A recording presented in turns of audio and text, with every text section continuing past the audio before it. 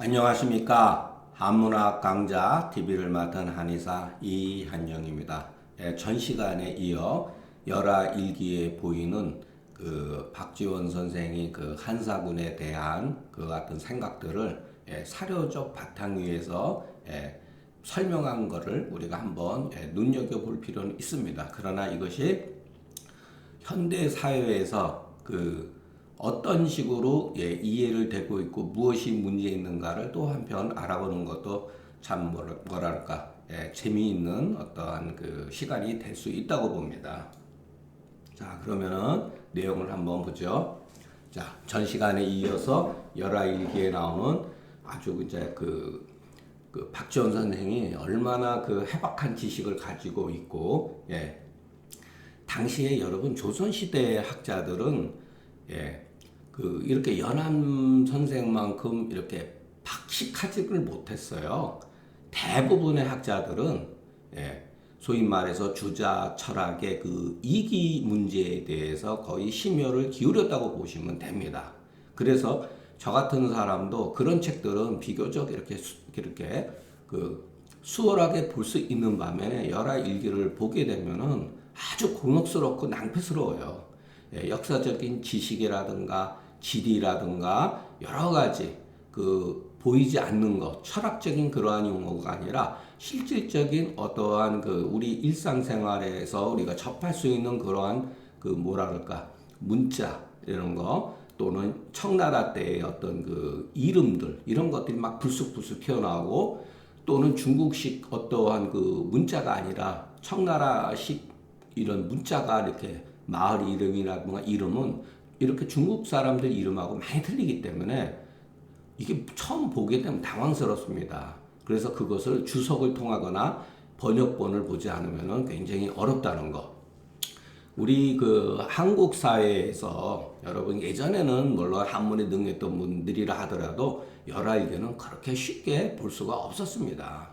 읽지를 못했어요. 그만큼 어려웠고 이것이 아마 제가 그 앞 시간에 제가 설명 들었나요? 그 이가원 선생이라고 있습니다. 그 연세대 국문학 교수지만 실질적으로 그분은 뭐 그 퇴계 선생의 그 후손인데 그 호는 연민이라 그랬어요. 연민 이가원 선생은 우리나라에서 그 이 박지원 선생에 대해서 가장 연구를 많이 하셨고 번역도 아마 거의 처음으로 하시지 않았나 싶습니다. 그 뒤에 뭐 여러 사람들이 했다고 하지만 그 연민 선생이 하지 않았더라면은 그만큼 쉽게 번역할 수가 없었던 부분이라고 봅니다. 그만큼 우리가 자 그러면 제가 여러분들한테 우리가 공부하는 이유는 뭐냐면은 연암이 분명히 제가 봤을 때는 저한테는 문학적 스승이에요. 한문학에 있어서 대선생이에요. 그렇다고 해서 저는 무조건 하고 연암 선생님만을 추종하지 않습니다. 예전에 제가 그 저희 선생님의 선생님이 그 한말에 그래서 그 현대에 이르는 3대가 중에 한문학에서 3대가 중에 한 분이었지만 한문학이라면 여러분 유가죠. 그분의 문집을 봤을 때 그분은 그 연암 선생에 대해서 뭐라고 평가를 하셨냐면은 마치 술 먹고 꼰득었던 한 나쁘게 말하면 여러분 그냥 술 먹고 약간 주정하는 문체다 그랬어요. 그 말은 그 연암 선생을 약간 비꼬기 위한 거라고 생각하면 안 된다는 거예요. 보통 이 유생들의 선비들의 글들은 그 한말의 그 영재 이건창 선생처럼 아주 글 쓰는 데 있어서 거의 이렇게 근엄했어요. 굉장히 글 쓰는 자세가 아이고 근엄했다는 거. 이렇게 근엄했다. 근데 연암 선생님은 근엄했다. 근데 연암 선생님은 그렇지 않았다는 거예요.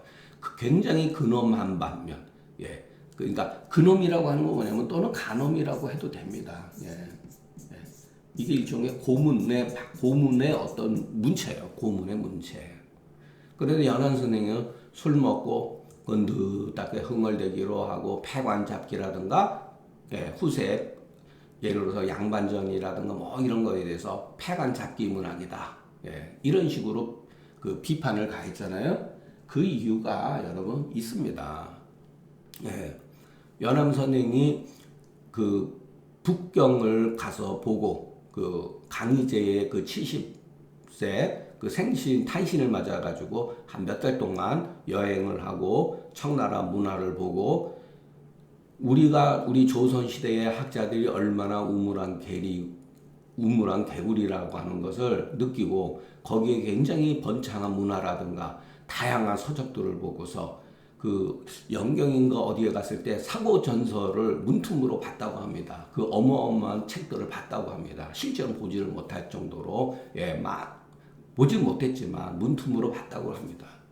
거기서 받았던 그런 충격들 이루 말할 수가 없죠. 그리고 그 유명한 우리 조선 시대의 가장 명군이라고 하는 정조 대왕 시대의 연암 선생님 학자셨지만 연암은 우리가 정조 대왕은 우리가 생각하고 있는 그렇게 현군 명군이 아니에요. 솔직히 얘기해서 굉장히 권위주의고 그 연암 박지원 선생이 열하일기가 그때 시장에서 저작거리에서 선비들한테 굉장히 유행을 했고 젊은 선비들이 열하일기의 문체를 배우려고 막 하니까 그거에서 문체 반정이라고 하는 문체 그냥 한글로 쓰겠습니다. 문체 반정이라고 그래가지고서 일종의 금서처럼 했어요. 그리고 그 신하들과 예를 들어서 어전 회의에서 연암을 직접적으로 공격을 했습니다. 그래서 연암 선생이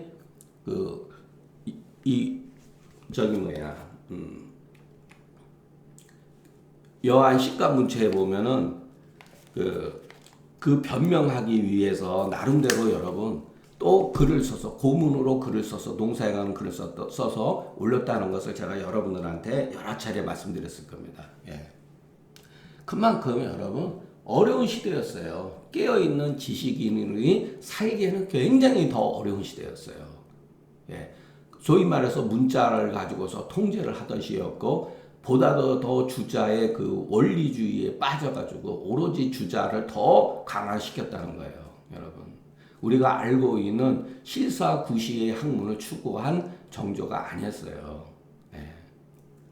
그러니까 우리가 어떤 것도 맹목적으로 비판할 것은 비판하고 사실에 근거해가지고 맹목적인 것은 그렇다고 옳지 않죠. 엄밀하게 말해서 제가 사실은 이 녹화를 어저께 낮에 했었습니다. 그런데 하는 중간에 제가 한 말 중에서 여러분이 봤을 때는 이 사람 이한영이 이거 선을 넘었다라고 하는 용어가 들어가 버렸어요. 그래서 이걸 어떻게 하나 밤새 내내 생각을 하다가 그냥 다시 하자. 애들로서 말하는 게 좀 좋지 않겠는가. 물론 오늘도 굉장히 조금 제 그 생각 가운데 여러분이 듣기에는 과격한 표현이 있을 수가 있습니다. 그래도 제가 어떠한 용어를 특정적인 용어는 쓰지 않는 범위 내에서 사실에 입각해서 여러분들한테 한번 글을 해석해 보겠습니다. 어째서 그런 줄 아는가 하면 여기 야자도 우리가 배웠죠?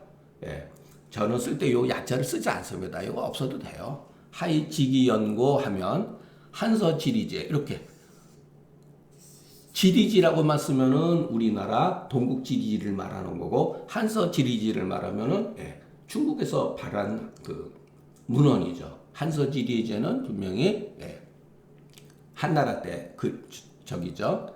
자, 현토 낭랑은 있으나 진봉과 임도는 보이지 않는다. 한서지리제. 그런데 소재는 제가 뭐 연도까지는 정확히 모르지만 무제 이후겠죠. 한나라 때 무제 이후의 황제죠. 시원 5년에 사군을 합쳐서 2부로 만들고 또 원봉 원년에 이런 건 전부 다 일종의 그 연호예요. 연호. 그냥 이것도 연호. 원년에 또 바꿔서 2부를 2군으로 삼았다. 그러니까 현토 사면에는 고구려가 있고 고구려와 낙랑 25현 아이고 죄송합니다. 현토 사면에는 고구려가 들어가 있었고 낙랑 25현에는 소위 말해서 고조선이죠. 고조선이 들어가 있었다. 이렇게 표기 됐다는 거예요. 그러니까 여러분 이런 말도 전부 다 우리가 중국 문헌에 의해서 우리 역사가 해석이 되고 좌지우지된다는 거예요. 예. 제가 통감 저료를 읽었을 때, 한 나라 무제를 읽다가 한사군이 딱 튀어나온 거예요. 그때 얼마나 놀랐는지. 왜냐면은, 우리가 중학교 때 역사 시간에 배운 한사군이 나타난 거예요. 야. 그럴 때 예를 들어서 우리나라가 이렇게 있는데, 여기가 대동강이고 여기가 평양이면은 여기가 낙랑군이라고 배웠던 거 아니에요. 이쪽으로 해서 예를 들어서 그래서 이쪽으로 해서 전부 다 한사군이 있었다. 심지어는 이 대동강 아니 압록강 이내에 있었다. 이렇게 배웠잖아요. 예. 연암 선생은 여행을 하면서 이거를 부정하는 거죠. 예. 여기 현재 평양은 옛날의 평양이 아닐 수도 있다. 평양은 중국에서도 여러 가지로 나타난다. 시대에 따라서 수도가 나라가 위축이 되어가지고 중국 역사에서도 평양이라는 말은 고유 명사가 아니라 일반 명사처럼 쓰여진 말이라는 거죠. 아유 이거를 따라 이랬네. 자. 요동 18년에 안식성이 있고 오직 진번이 장안으로부터 당나라 때 그 수도 장안이죠. 멀어짐이 또 7,000리가 된다. 임도는 장안에서 6,100리로 떨어져 있고 금륜이 이른바 이것도 저도 사람 이름 같은데 찾아보지는 않았습니다. 우리가 여기서 역사를 공부를 하자 그러는 게 아니라 그냥 문헌 사료를 가지고서 해석하는 데 있어서 그냥 보는 관점이기 때문에 왜냐하면 제가 역사 전문가도 아니고 여러분들도 그렇게 깊이 이런 것까지는 찾아보시면 되니까 왜 소위라고 생각 금륜이 말하는 바 우리 아국 경내에서는 불가득이라고 하는 것은 이 소위 말해서 현토, 낙랑, 진번, 임도 이 사군을 찾아볼 수가 없다 이런 소리예요. 왜냐하면 전부 다 이 중국 문헌에 의하면은 그 현토 사면은 고구려에 있었고 낙랑 25현은 고조선이 있었고 이것은 전부 다 중국 이런 어디서부터 장안에서부터 6,000리가 떨어져 있었고 이렇게 이런 걸 봐서는 우리나라 국가 한반도 내의 압록강 이남으로 이것은 찾아볼 수가 없다. 자 그런데 여기서 여러분 이게 이제 또 문제가 됩니다. 마땅히 오늘 연고탑 등지에 있는 것이 맞는 것 같다. 연고탑은 여러분 저도 잘 모르지만 길림성 지역이라고 합니다. 중국 만주에 있는 길림성 근처에. 그런데 우리가 여기서 이 연고탑이라는 말은 청나라 때 청나라 사람들이 부르던 말을 한역으로 이렇게 풀이한 겁니다. 그러니까 이 말은 그 역사학자들의 말하면 17세기 이후에 나타난 말이에요. 17세기 이후에 연고탑이라는 말이 나온 말이에요. 그러니까 전통적인 중국 사람들이 사용하지 않는 청나라 사람들이 만들어 놓은 저기를 청나라 소를 한문으로 바꿔놓은 거예요. 연고탑이라는 말. 그러니까 17세기 이전 문헌에는 연고탑이라는 말을 쓰질 않았다는 거예요. 아예 없었다는 얘기죠. 그런데 이것이 환단 고기에 보인다는 거예요. 여러분 환단 고기 여러분 들어보셨죠? 제가 며칠 전서부터 자꾸만 이렇게 환단 고기에 보인다는 거예요, 여러분.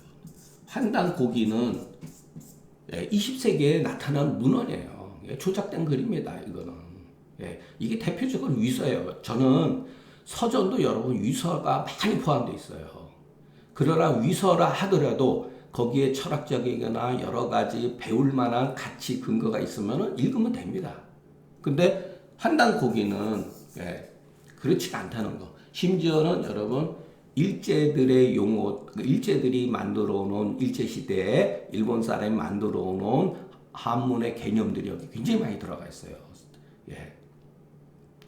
그러니까 이건 문제가 있는 거예요. 완전히 정말로 우리가 요즘 말하는 국뽕의 어떠한 그 국뽕을 다 갖추고 있는 거죠.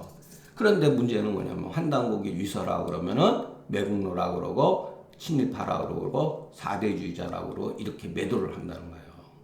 예. 여기에는 정말 내용 자체도 여러분 황당무계한 게 너무나 많아요. 예.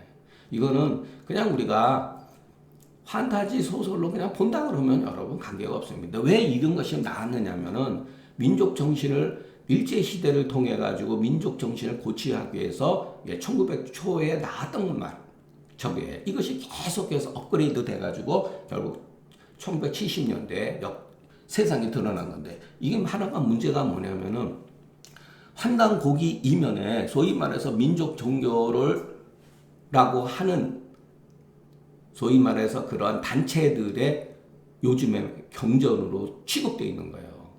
그러니까 많은 교수들이 이거를 가지고서 환단고기가 우리 민족의 적이다. 삼국사기나 뭐 이런 것들, 일제의 식민지 사관들은 전부 다 우리 민족을 정신을 말살하고 훼손하는 그와 같은 거기 때문에 이것을 적을 해야 된다는 것이 여러분 제가 유튜브 보면서 너무 황당하고 놀래가지고 가급적인 말을 자제하려고는 하지만 여러분 문제가 있습니다. 그것은 반지성적이에요. 이런 거는 여러분 만일의 경우 여기서 말하는 것처럼 동서로 뭐 5만리 동남북으로 뭐 2만리 해가지고 인구가 뭐 1억 2천이라고 하고 그러면 여러분 카자흐스탄이라든가 오히려 그쪽 사람들이 오히려 동이족 또 엄밀하게 말하면 우리를 말하는 게 아니에요. 반드시 우리를 말하는데 옛날에는 민족이나 이런 거 영토의 개념이 없었다 그랬잖아요. 자, 인류가 어쨌든 간에 아프리카에서 이렇게 흩어지면서 심지어는 우리 이 북방에 있는 민족들이 베링 해협을 건너가지고 옛날에 북아프리카, 북아메리카, 남아메리카 있잖아요. 그게 다 우리 민족입니까? 그럼 우리 민족, 꼭 우리 민족이라고 할 수가 없잖아요. 그 중에 한 부류가 한반도 내려와서 정체하는 것을 우리가 오늘날 말하면 우리 민족이라고 하는 것이지. 그러면 카자흐스탄이니 뭐 전부 다 몽고라든가 이런 것을 다 우리 민족이라고 하면 그 사람들은 관점에서 뭐라고 생각하겠습니까? 문제가 되는 거죠. 내용도 그렇고. 그래서 이 연고탑이라든가 이런 것들이 이 문자 이렇게 어려운 말들이에요. 여기에는 17세기에 사용됐던 용어라는 거죠. 이런 것들은. 자, 여러분이 이거 해석은 읽어보시고, 자, 이것으로 논한다면, 진번과 임들은 한말에 바로 부여와 음누와 옥조로 편입되었다.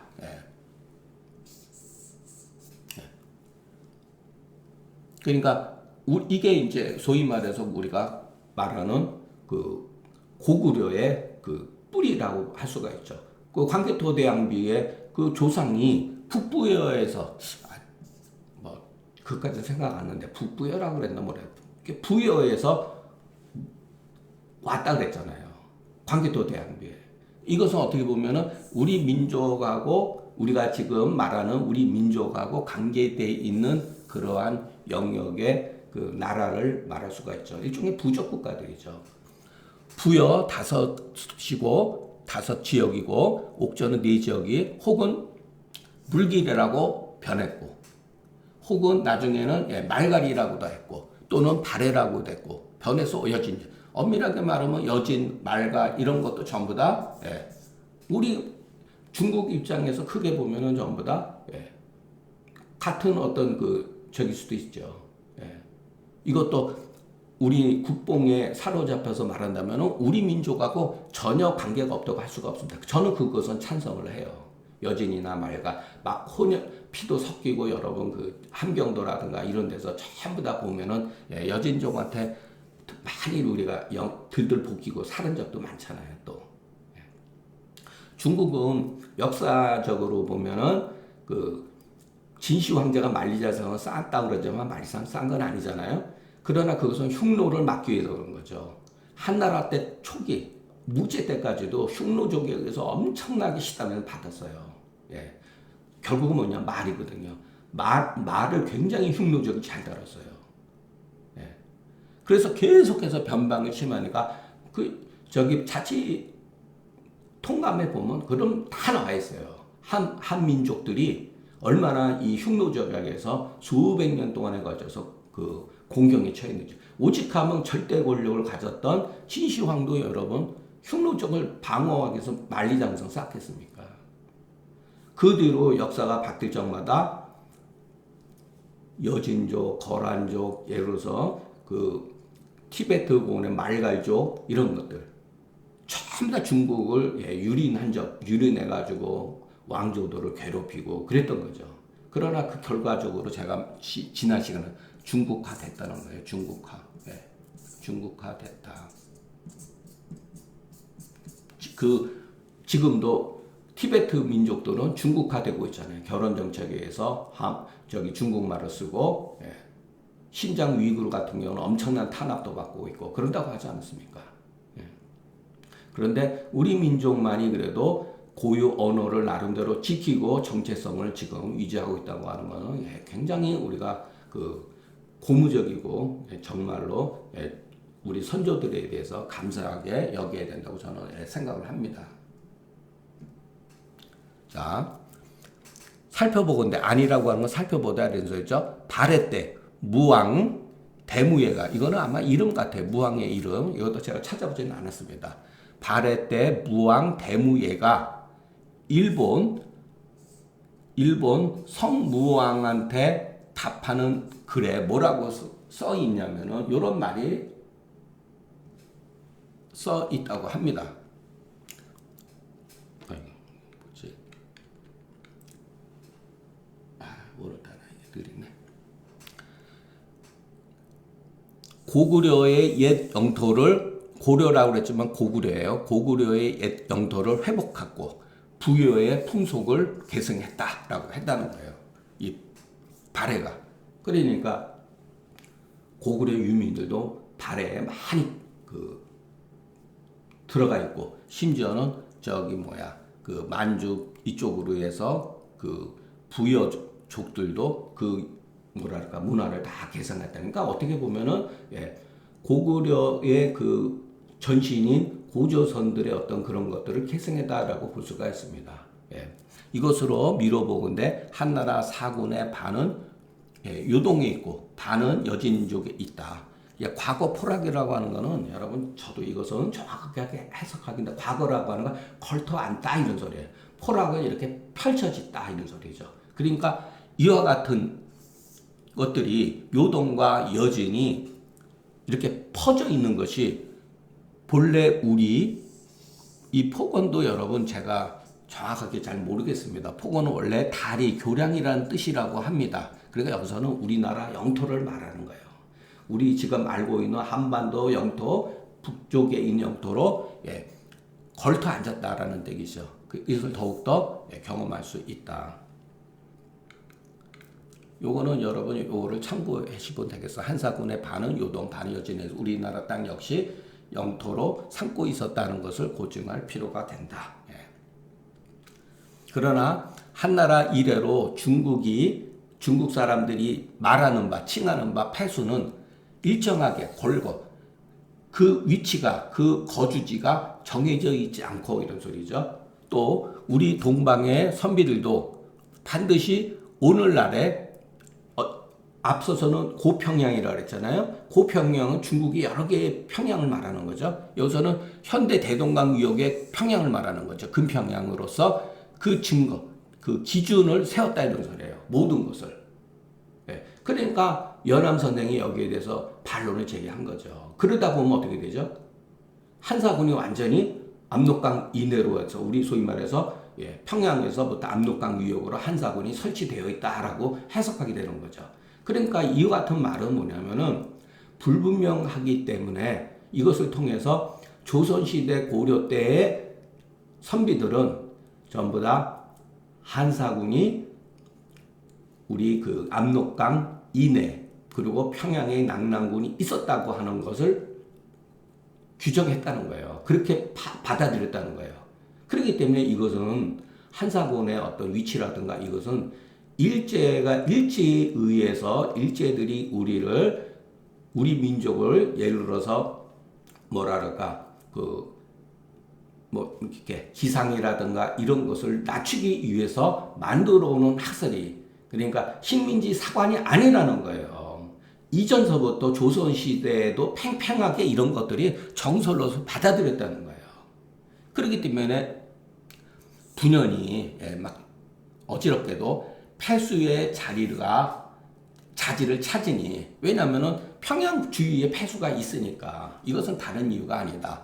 중국 사람이 일반적으로 요동의 왼쪽에 물을 칭할 때 모두 다투어서 패라고 이렇게 불렀다. 그런 소위로 정리가 맞지 않다. 정리라고 하는 건 뭐냐면은 앞에서 마을의 어떤 단위, 몇 리 떨어졌다. 장안에서 뭐 2000리가 떨어졌다. 이와 같은 규정과 맞지가 않는다는 뜻이죠. 그거를 거리로 계산하면은 소위 말해서 만주 유역에 있는 것이지,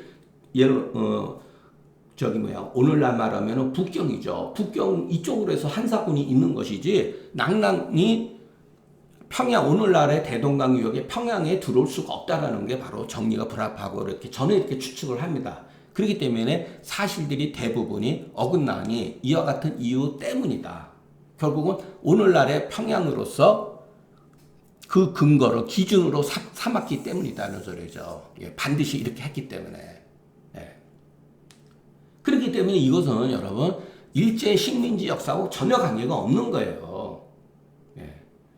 그것은 뒤에 가서 말씀드리겠습니다. 우리는 한사군이 대동강 유역에 있다라고 하면은 식민지 사관이라고 그러는데 이미 조선시대에 이미 이와 같이 선비들은 인식을 하고 있었다는 거예요. 제가 절대로 일제의 그와 같은 것들을 소위 말해서 식민지 사관을 일방적으로 우리가 잘못 알고 일제가 가르친 식민지 사관이 옳다라고 말씀드리는 게 아니라는 것을 이해해 주셨으면 좋겠습니다. 만약에 그와 같은 때문에 고조선이라든가 고구려의 구역을 알고자 할진데 알려고 한다면은 먼저 우리 땅 경내에서 여진족이 합당한지, 그 다음에 요동에서 폐수를 찾아야 된다. 이 경내도 제가 정확하게 잘 모르겠습니다. 폐수가 정해진 연후에 강역이라고 하는 것은 국경이죠. 국경이 명확해지고 국경이 명확한 연후에 고금의 사실이 합당하게 된다. 이런 거는 여러분 먼저 여진을 그 경계 안으로 넣고 이렇게 해석을 했으니까 그 경계라고 하는 것은 정해진 한사군이 정해진 다음에 거기다 여진을 집어넣어야 된다 이런 소리죠. 그러니까 우리 영토에다가 집어넣으면 안 된다 이런 뜻인 겁니다. 자, 그러면 봉성이, 과이, 평양호화 이거 제가 토를 잘못했어요. 일반적으로 하면 호화가 맞는데 과이, 평양 정말로 봉황성이 정말로 과연 평양성인가 이렇게 의문사가 아니라 여기서는 강조. 정말로 평양호 인저. 이거는 터를 인저 이렇게 해야 돼요. 이거는 이제 연암 선생님의 견해에 따르면은 연암 선생님 과이 평양 인저. 그렇다면 앞에 이거를 본다면은 여기 앞서서 뭐라고 그랬죠? 고조선과 고구려의 옛 영토를 알고 한다면은 이 두 가지 사실을 먼저 해야 돼. 요동에서 폐수를 찾아와야 되고 그 강내에서 이와 같은 강내에서 여진족을 정해야 된다고 그랬잖아요. 이와 같은 조건에서 본다고 한다면 봉황성은 정말로 이것이 평양성이다 강조한 거죠. 그러니까 의문사가 아니라 요 호라고 하는 절대 이렇게 긍정적인 것으로 해석하는 게 맞습니다. 그래서 그 번역본에 보니까 평양성이라고 할 수 있다. 이것이 맞아요. 저는 이거를 좀 잘못했어요. 오역했었어요. 처음에. 그래서 이 현토안은 아니고 이거는 틀리고 인적 이렇게 붙이는 게 맞습니다. 또 가르되 이것 또한 혹 기시, 기자시, 위만조선, 기자조선, 위만조선 또는 고구려가 도읍으로 삼은 곳이니 이 봉황성에서 수도를 삼았다. 이것이 하나의 평양이다 소리예요. 이것도 하나의 평양이다. 이게. 자, 이것도 여러분 문제가 돼요. 자, 연한 선생님은 고적 유무를 막 답사하고 이런 분이 아니라 사료적 이유에서 뭐 판단했기 때문에 과연 기자조선이 맞느냐고 하는 것도 여러분 이것도 많은 문제점을 제공하고 있습니다. 기자조선이 은나라 때 사람이에요. 한나라, 은나라, 주나라로 이어질 때 은나라 사람이에요. 그런데 기자조선이라고 하는 말 자체는 한나라 때 나타나요. 한나라 중기에. 그러면 그 기자라는 사람과 기자조선이라는 말이 나타나는 것은 시간적으로 거의 800년에서 1000년 뒤에 나타나는 거예요, 여러분. 막 역사에서는 막 100년, 200년은 시간도 아닙니다. 그러니까 위만조선, 그러니까 기자조선이 소위 말해서 당군 왕검이 세운 고조선을 멸했다는 거예요. 그래서 기자조선이 되어버린 거예요. 그 기자조선을 또 위만조선이 멸망시키고 그것을 나중에 고구려가 계승했다. 이런 것이 우리가 이제 알고 있는데 이것도 전부 다 문제가 있어요. 이런 것도 기자조선도.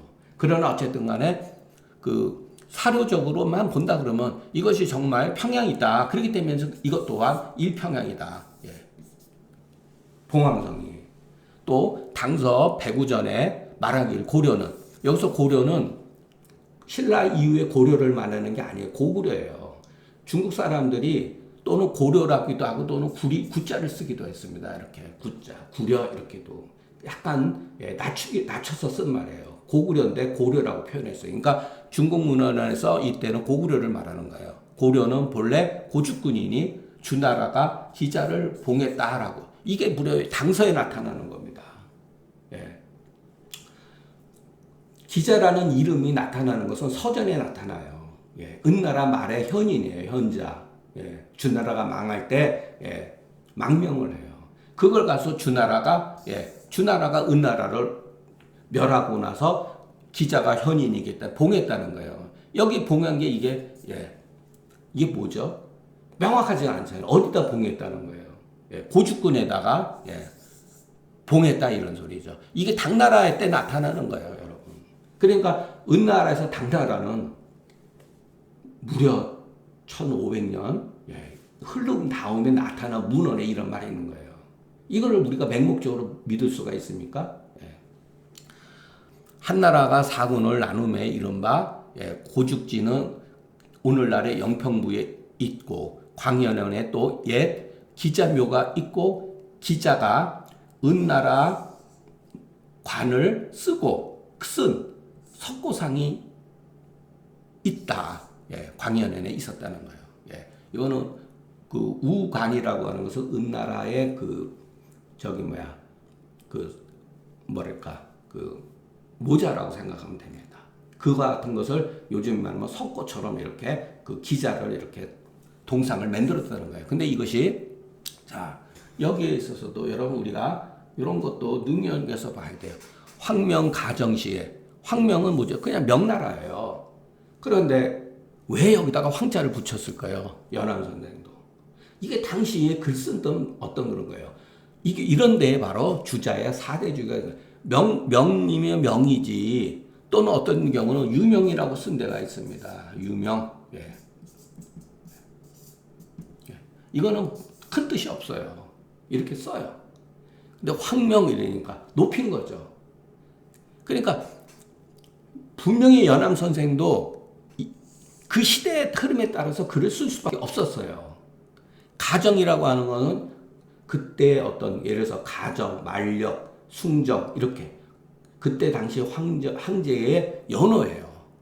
이건 뭐 제가 그것까지 찾아보지 않았어요. 그러니까 명나라 때 가정 시대의 병화에 이것들이 다 불타버렸다. 광명 사람들이 혹은 평양이라고 칭했다. 예. 이것을 광명을 자 금사와 또 문헌통고라고 하는 책이에요. 예. 문헌통고에 모두 광명 한 평이 모두 기자의 봉지였다. 이것을 본다면은 영평 광명이 아마 이것 또한 하나의 평양이 될 수가 있다 그랬어요. 예. 그러니까 여러분 하나의 평양 여기도 하나의 평양이 이렇게 되는 거죠.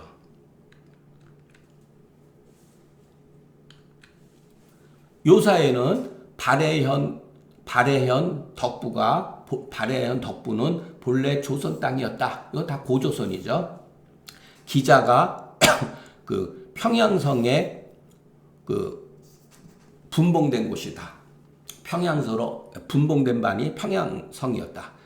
근데 요가 발해를 깨트려서 다시 동경으로 삼았으니 이것은 오늘날의 그 요양현이 맞다. 이것으로 보면 요양현 또한 하나의 평양이다.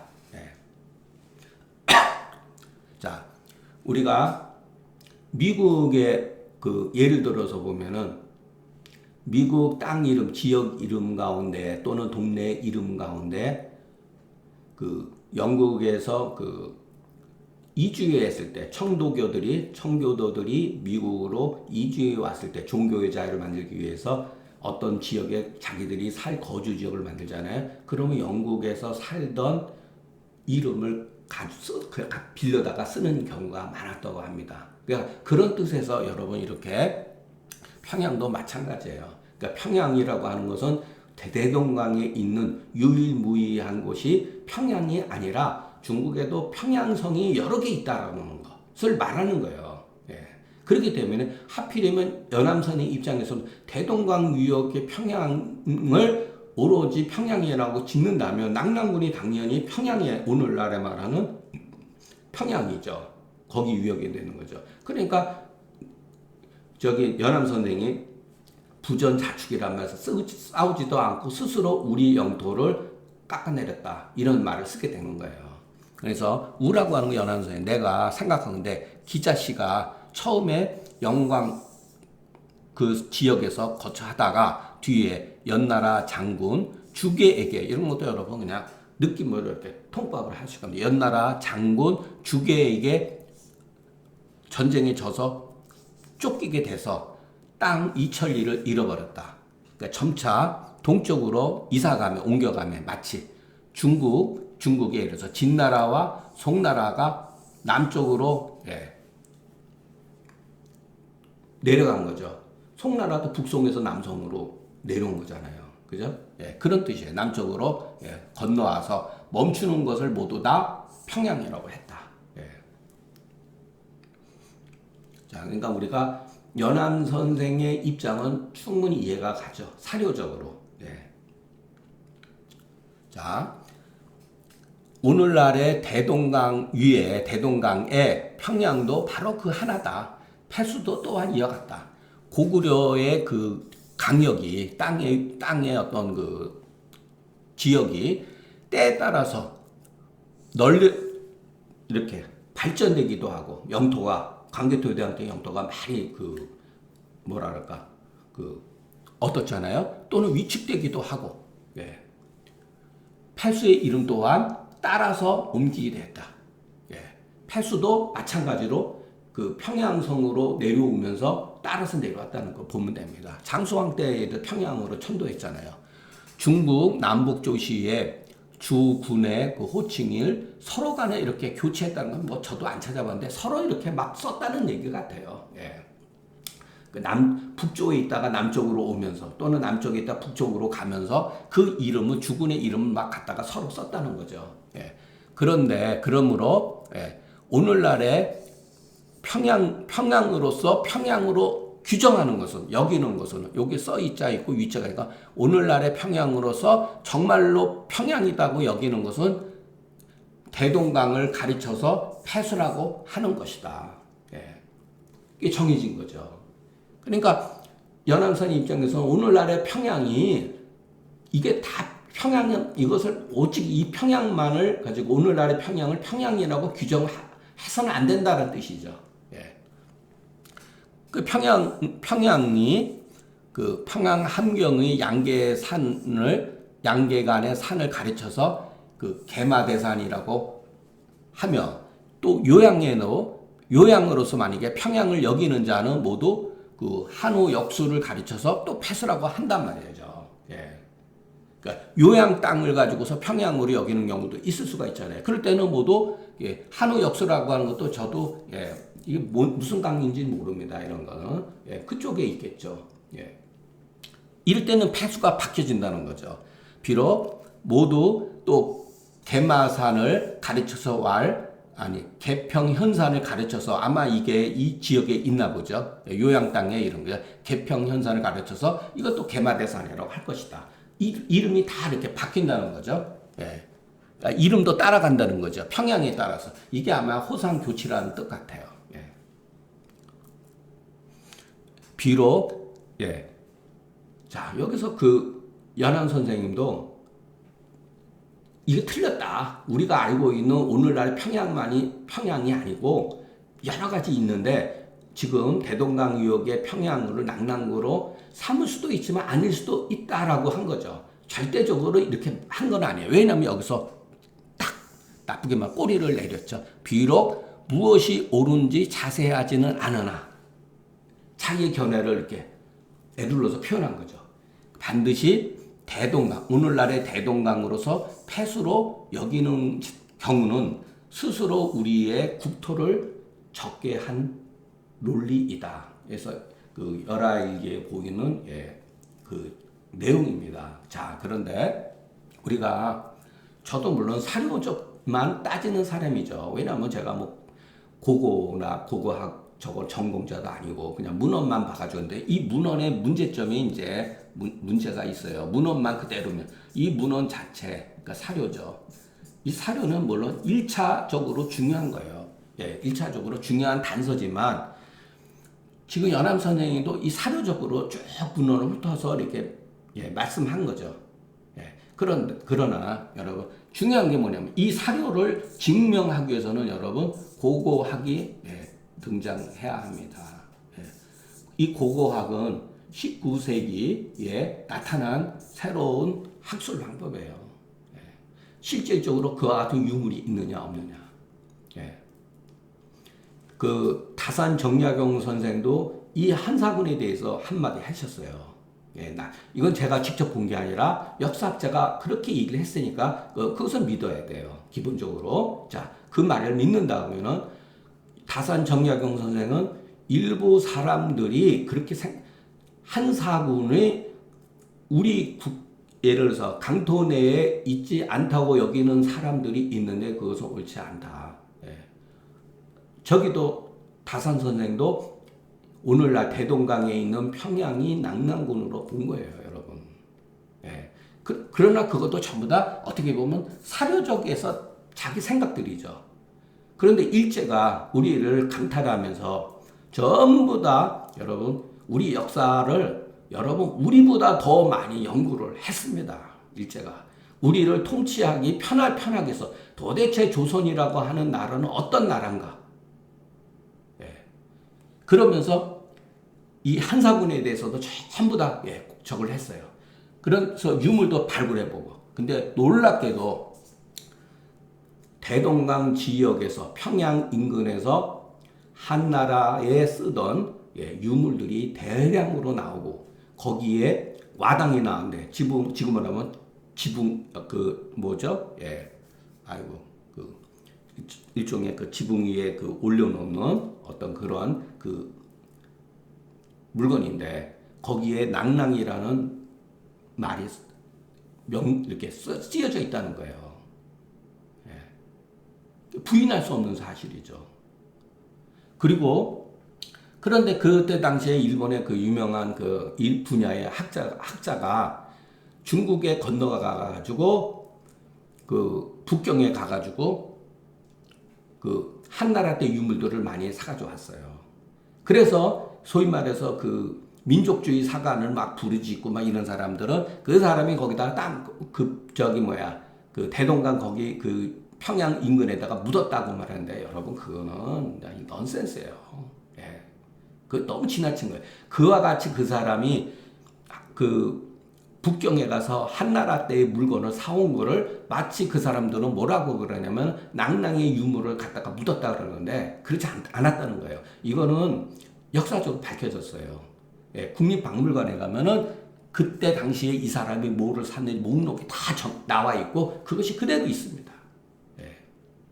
그러니까 우리가 피해 의식을 가지고서 일제가 마치 한사군을 위치를 우리 압록강 이내로서 규정한 것은 마치 일본 시대에 소위 말해서 그 조선 사학회에서 만들어 놓은 학설로 이렇게 평가를 해버리고 식민지 사관이다라고 이렇게 규정을 해버리는 것은 문제가 있다는 거예요. 심지어는 해방이 되고 나서 일제로부터 해방이 되고 나서 북한의 고고학자들이 여러분 그 초기에 북한에 올라간 우리나라 유명한 역사학자도 올라갔어요. 예. 가서 뒤져보니까 어마어마한 많은 물량의 그 한나라 때 물량이 나온 거예요. 그 평양에서. 그런데 북한은 평양이라고 하는 건 뭐예요? 그야말로 걔네들 말로 하면은 정신의 도시 아니에요, 여러분. 수령의 도시 아니에요. 있을 수가 없는 거죠. 외세의 침략을 받았다는 거는. 예. 그래서 그거를 덮어버렸어요. 예, 말을 안 했어요. 근데 2000년대에 들어와서 그것을 전부 다 보고를 했다고 합니다. 이거는 젊은 학자들이 밝혀놓은 사실이에요.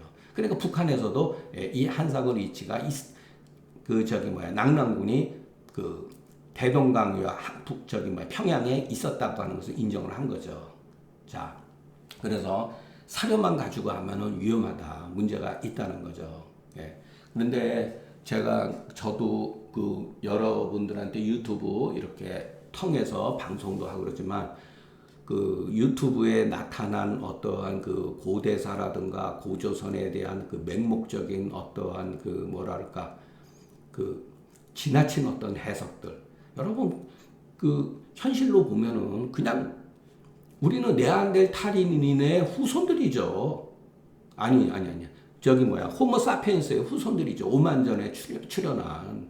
그렇게 보면 인류는 한민족이죠. 뭘 굳이 한민족을만 찾고 그러겠습니까? 우리끼리도 서로 예를 들어서 그 싸우고 전쟁을 일으키고 민족 간의 학살도 벌어지고 그러는데 어떻게 수천 년 동안 그것이 그 유지가 될 수가 있겠습니까? 최근에 제가 또 놀라운 거 사실을 했는데 자, 요즘에 그 건국 전쟁이라는 건 저는 안 봤습니다. 여러분들 가운데 이승만 대통령, 이 박사에 대한 찬반이 가질 수가 있어요. 이런 점에서 이승만을 나는 싫다. 나는 이승만을 좋아한다. 이렇게 다 갈려질 수 있고 관심도 없을 수가 있고 그러나 중요한 사실은 그대로 받아들여야 돼요. 예를 들어서 얼마 전에 그 서울대학교 무슨 뭐 대학원 교수 이름을 거론해도 뭐 관계없습니다. 그건 실명으로 적어된 거니까. 박태균이란 교수, 저는 개인적으로 그분이 영상한 그 태평양 전쟁에서 다 봤어요. 비교적 합리적인 생각을 가지고 있는 분이라고 받아들이고 있었어요. 그런데 엉뚱하게 이승만 대통령이 이 박사가 대통령 선거할 때 1번으로 나왔다. 이건 여러분도 아시는 분 아실 거예요. 왜냐하면 그때 당시 문맹률이 심했고 몰랐기 때문에 국민들이 몰랐기 1번만 쓰면 무조건 당선되는데 이 박사가 1번 기호를 썼다는 거죠. 근데 실질적으로 이 박사는 1번을 사용한 적이 없었고 2번으로 나왔다고 합니다. 이분이 이거를 몰랐을 리가 없어요. 우리 스스로도 얼마 전에 있었던 이 박사가 좋던 나쁘던지 같은 이와 같은 사실을 왜곡하고 변조해가지고 국민들한테 이렇게 편향된 시각을 심어주고 있다는 거예요. 우리 민족이 바로 우리 시대의 사람이 얼마 전에 인간을 평가하는 데서 그래서 이 박사를 희생양으로 삼는 거죠. 이거는 뭐냐면은 이 박사를 이승만이라고 한 사람을 부정함으로써 우리의 대한민국을 부정하는 거와 똑같은 거죠. 그 의미가 담겨져 있는 거죠. 자, 그리고 또 하나 불편한 얘기. 식민지 사관. 식민지 사관. 소위 말해서 우리 역사에 조금이라도 입 바른 소리 하면은 식민지 사관주의자다. 이렇게 얘기를 해요. 여러분 우리가 일제에서 해방된 지가 얼마나 됐습니까? 70년이 됐어요. 70년이 넘었어요. 예. 아직까지도 자꾸만 식민지가 분명히 우리 언어 속에도 있어요. 우리가 알게 모르게 우리가 사용하는 용어의 상당 부분 또 건축하는데 재판에도 식민지 용어가 일제가 만드는 용어를 그대로 써요. 이게 무조건 나쁘다. 그 용어 자체를 우리가 없앨 수가 없다는 거예요. 자, 그리고 식민지 사관의 원흉. 예. 아이고 갑자기 저러니까 이름이 또 생각이 저도 그냥 조금 흥분해가지고 생각이 안 나는데 이 아무개 서울대학교 저거였죠. 이 사람이 다 이런 식으로 조선 사학회 일본의 천황의 명의에서 만들어 놓은 거에 그대로 여기에서 이거를 삼았다. 그것이 우리의 지금까지 내려온다라고 막 이렇게 얘기를 하시는데 그것도 여러분 굉장히 지나친 얘기다라고 말씀드리고 싶습니다. 잠깐만요. 왜 이렇게 갑자기 저도 이렇게 생각이 안 나지? 또 휴대폰도 또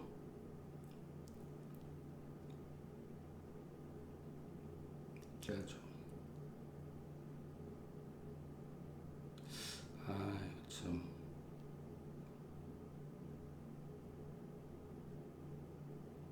또 찾으려니까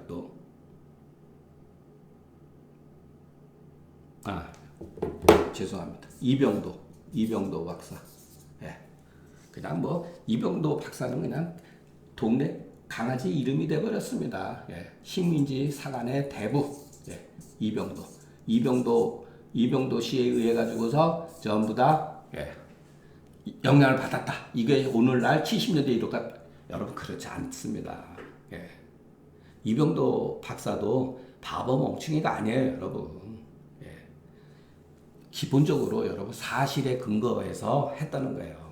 심지어는 여러분 받아들이기 힘들 수가 있어요. 일본 놈은 우리의 아름다운 조선을 병탐한 놈들이기 너희들은 나쁜 놈이야. 그렇기 때문에 너희들은 우리나라 역사를 왜곡하고 그랬어. 당연히 그랬어야 돼. 안 그런 게 훨씬 많습니다. 대표적으로 광교대 대학교도 마찬가지예요. 전부 다 편견을 가지고 거기에 대해서 뭔가 조금만 저놈은 식민지 사관 매국노다 이런.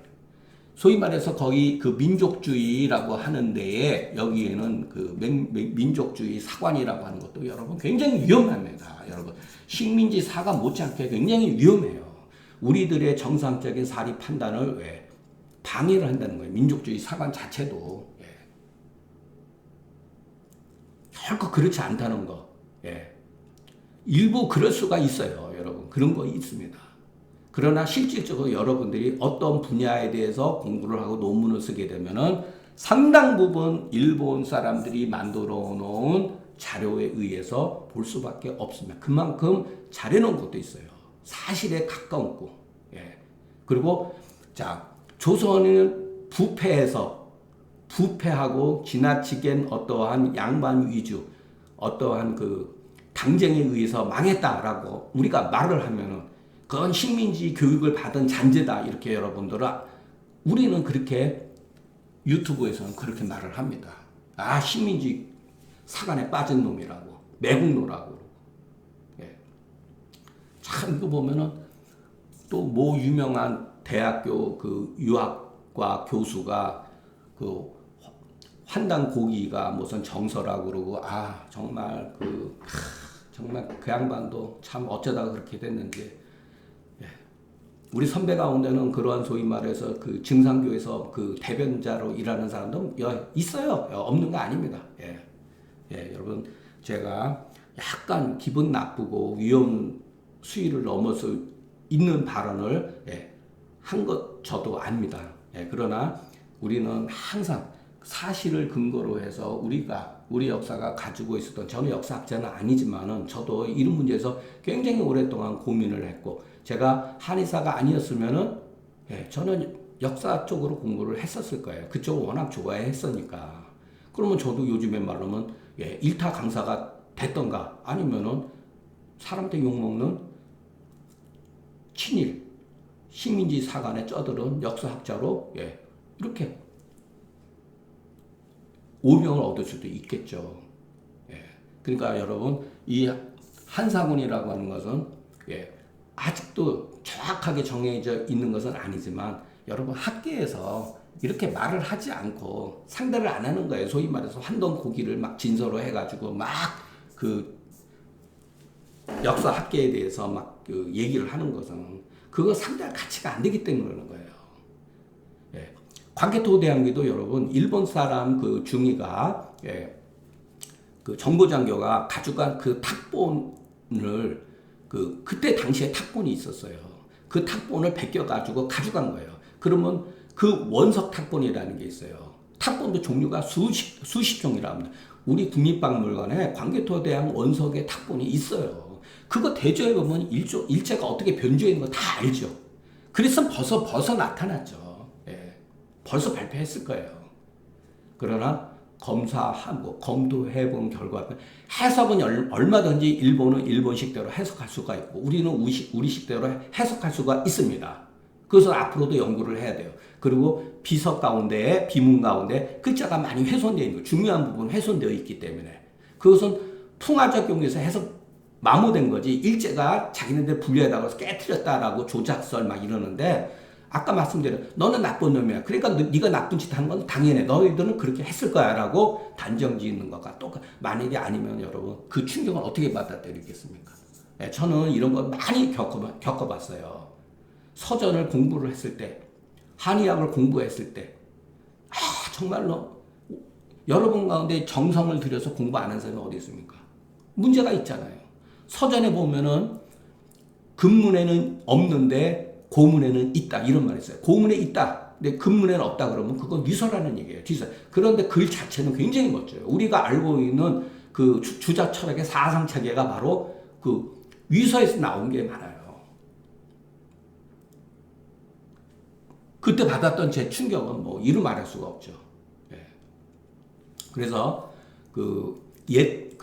예를 들어서 고전을 공부하는 사람, 특히 어떤 한문학이라든가 이런 걸 고전하는 사람들 가운데 제일 무서워하는 것은 뭐냐면은 새로운 무덤이 나와서 거기에서 고대의 유물들이 나오고 축간들이 나오고 그 사실이 기존에 우리가 알고 있는 체계와 다르다고 하는 거, 사상이 다르다고 할 때 받는 충격은 엄청나다는 거예요. 그래서 이 고고학 하는 분들은 항상 자기가 틀릴 수 있다고 하는 그 전제 조건으로 연구를 합니다. 우리도 우리 역사에 대해서 우리가 알고 있는 제가 그 김부식 선생이 삼국사기도 마찬가지예요. 여기도 안타깝게도 여러분 이게 싫든 좋든지 간에 삼국사기는 정사예요. 여러분 정사예요. 여기에도 여러분 고구려 초기의 역사라든가 실려져나 다 동명성황이라든가 뭐 아래서 나왔다 그러잖아요. 아래서 나. 그래도 그거를 받아들일 수밖에 없어요. 문헌이 없잖아요.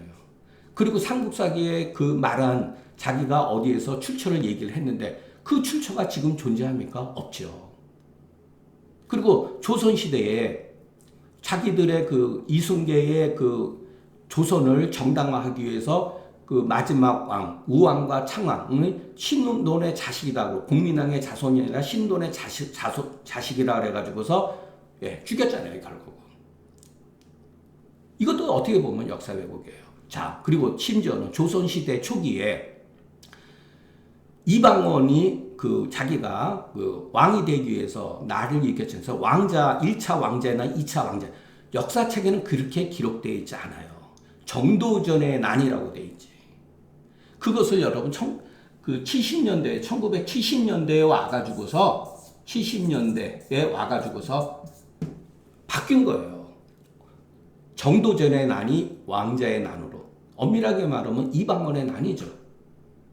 그만큼 여러분 해석이라든가 사실에 근거해가지고 얼마든지 바뀔 수 있다는 거.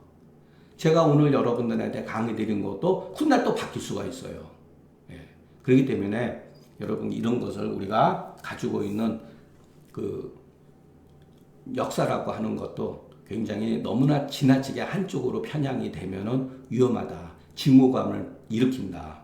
징후감 뒤에는 여러분 끔찍한 살육이 나타날 수가 있다는 거예요. 극단적인 민족주의로 가면 제가 앞서도 말했지만은 파시즘으로 나갈 수가 있다는 거. 우리 사회에 너무나 지나치게 징후감이 팽배해요. 이런 것을 우리가 공부를 하면서 조금씩 개선해 나가기를 바라는 마음에서 오늘은 조금 우리가 논어를 강의하다가 열하일기를 통하고 한사군에 대해서 한번 생각해보는 시간으로 만들어 보았습니다. 오늘 강의는 여기서 마치겠습니다. 경청해 주셔서 감사합니다.